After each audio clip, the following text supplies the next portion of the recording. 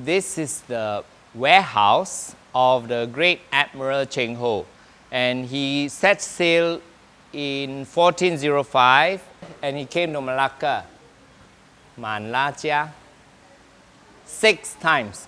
Each time he would have to wait for the monsoon to change the wind direction so that he can set sail again, either to continue the journey or to return home to China. Each voyage, more than 20,000 people, so many of them stayed behind and did not want to go back to China anymore.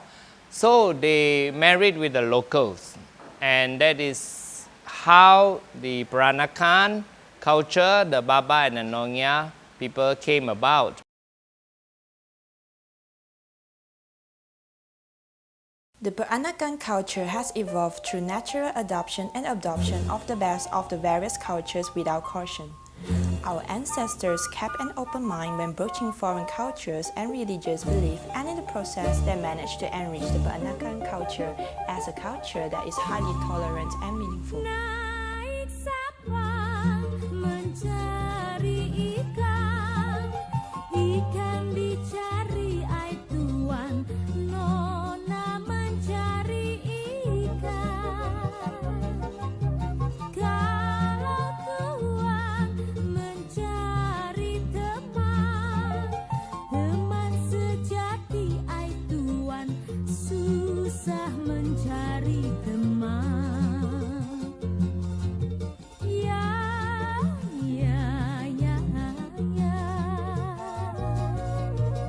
Halo, saya dipanggil Bibik Peggy. Kalau lelaki tu dipanggil Baba, kalau perempuan muda tu dipanggil Nyonya. So I hope that you all have enjoyed the wedding show tadi. It's a kind of a showcase of a wedding, Peranakan wedding, which is a national UNESCO heritage. But nowadays, hardly you can see people doing the Baba Nyonya wedding. Why? Because a Baba Nyonya wedding actually takes 12 days and 12 nights.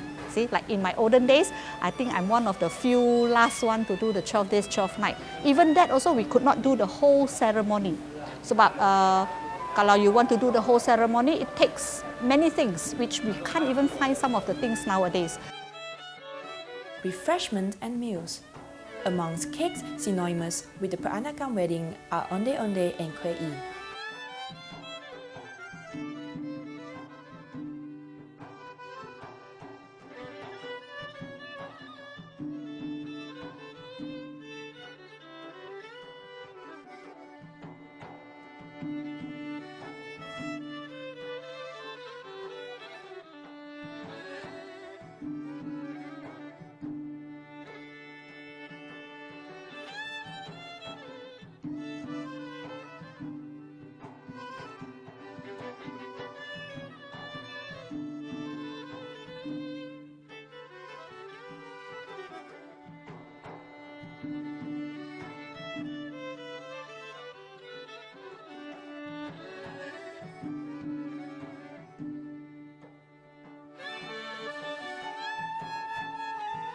We just like to put all in the gist, the important part of the ceremony into the wedding, like the bride, Masa Dia Minang, where we have all the poems, and then also like during the ceremony, how the groom and the bride meet each other for the first time.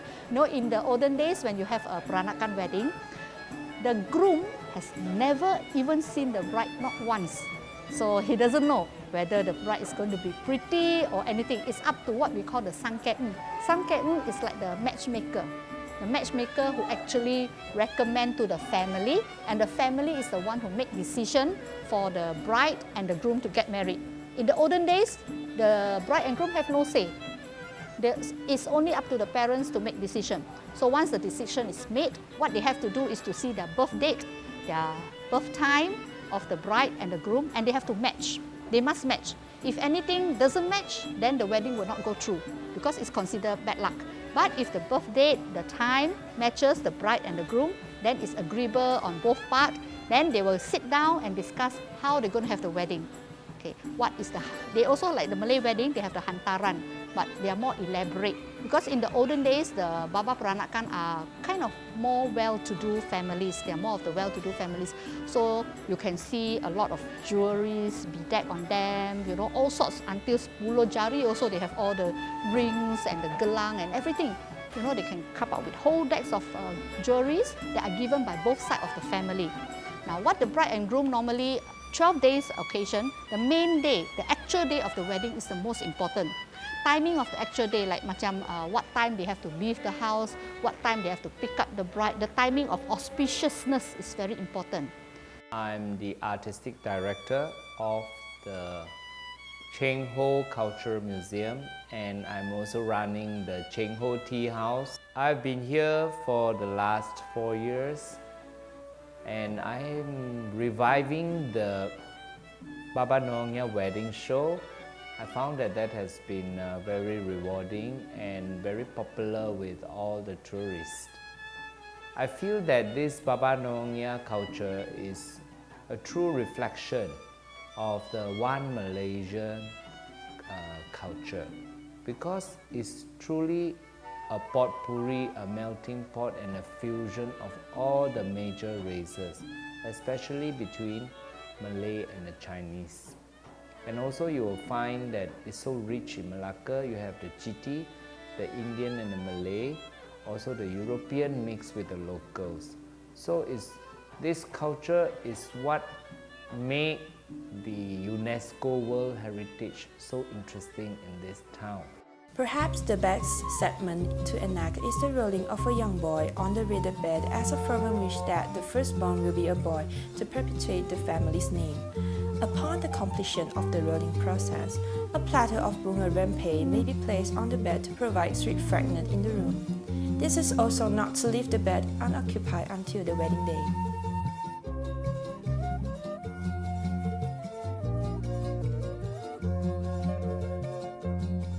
Chimpang. The unveiling may be held in the confines of the bedroom or for Christians, in front of the congregation in church. The meaningful event is to be enacted at near the bed or even in the midst of the congregation immediately after unveiling.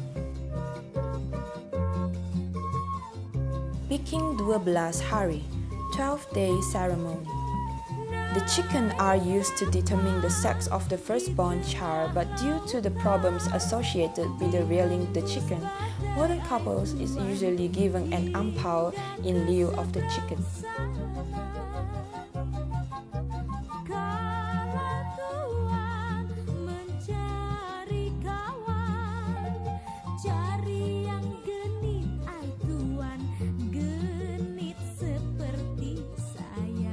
Wedding reception. The evening's program can include Peranakan entertainment. Versatile bands providing joget and oldies songs are currently available to serenade and provide dance music to the diners all night long. However, due to the high demand for such bands, they must be booked at least 6 months to a year in advance.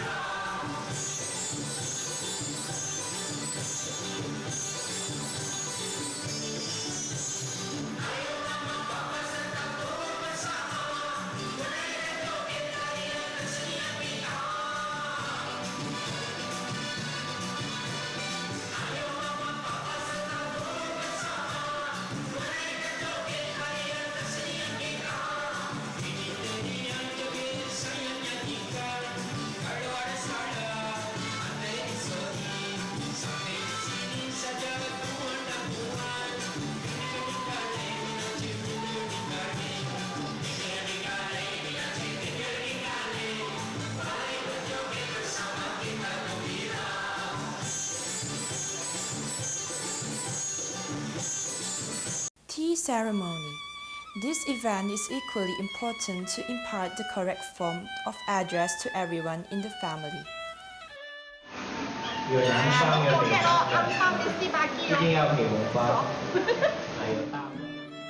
So I hope in future more people will take an interest into this Peranakan wedding, because it's something rarely seen nowadays. But it's such a beautiful blend of culture. You have the Malay culture, there's even the Chetia Peranakan that you can blend in, and we have one wonderful culture mixed together that you don't find anywhere else in the world, but here in Malaysia. But of course now we have some Peranakan Association in Thailand, in Indonesia, but itself here is the start of everything, Malacca, for all this Peranakan.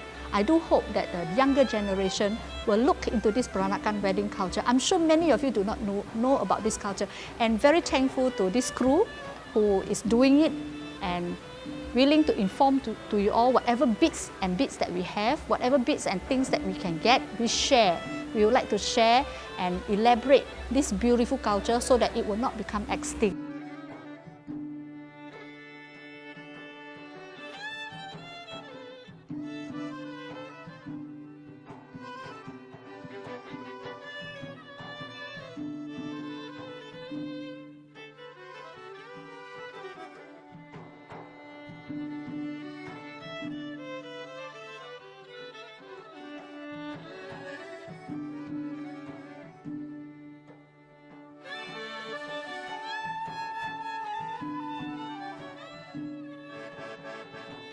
Therefore, we need all of you, the general public and the audience, to come and support us by coming to see the show and to look at the exhibit, to visit the museum, to keep this tradition alive.